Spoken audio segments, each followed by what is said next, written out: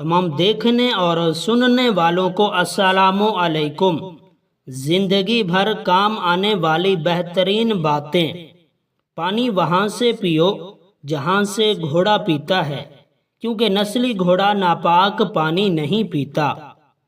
پانی کے لیے کھدائی وہاں کریں جہاں پرندے گرمی سے بچنے کے لیے پناہ لیتے ہیں، کیونکہ جہاں پرندے پناہ لیتے ہیں وہاں میٹھا پانی ہوتا ہے۔ پھل وہ کھاؤ جسے کیڑا کھائے بغیر چھوڑ کر گزرا ہو، کیونکہ کیڑا ہمیشہ پکے ہوئے پھل کو تلاش کرتا ہے۔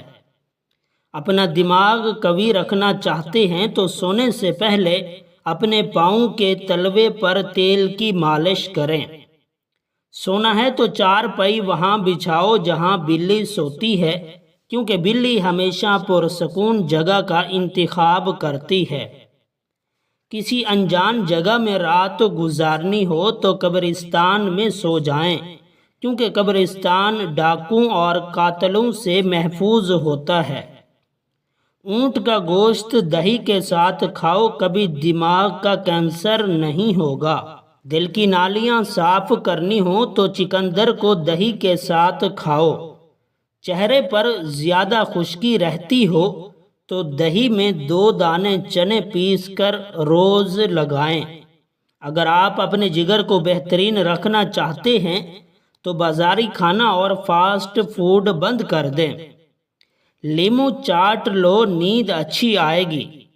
سورج غروب ہونے کے بعد کھانا کھاؤ، صحت مند رہو گے۔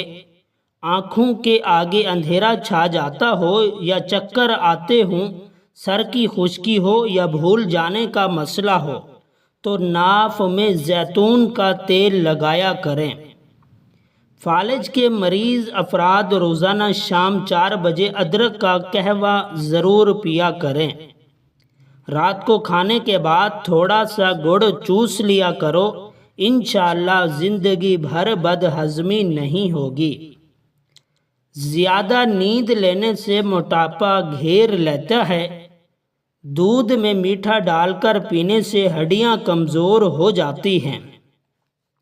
ہاتھ پاؤں سن ہو جاتے ہوں تو لیموں چاٹ لیا کرو، یہ بیماری ختم ہو جائے گی۔ شیمپو میں شہد ملا کر سر پر لگانے سے بال جھڑنا بند ہو جاتے ہیں اور جڑوں کو طاقت ملتی ہے۔ عورتیں زیادہ وزن مت اٹھائیں ورنہ ہڈیوں کی بیماریاں پیدا ہو جاتی ہیں۔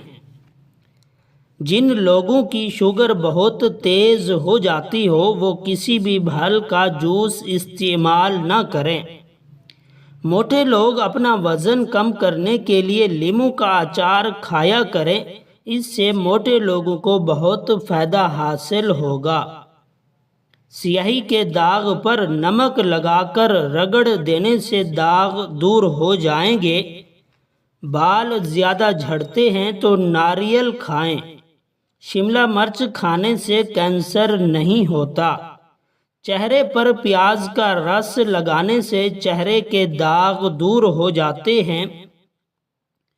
اگر کسی کو شوگر کا مرض ہو تو وہ زیادہ سے زیادہ جامن کھایا کریں۔ اگر کسی کو جگر کا مرض ہو تو وہ سیب کھایا کریں۔ بالوں میں اگر مہندی لگا کر تیل ڈالا جائے اور 1 گھنٹے کے بعد شیمپو کیا جائے تو بال چمکدار اور صحت مند نظر آئیں گے۔ دمہ کی بیماری ہو تو شام کے وقت 1 کھجور کھاؤ، بیماری ٹھیک ہو جائے گی۔ بریلر مرغی کا گوشت کھانے سے ماہواری جلدی آتی ہے۔ گنڈیریاں چوسنے سے دانت مضبوط رہتے ہیں۔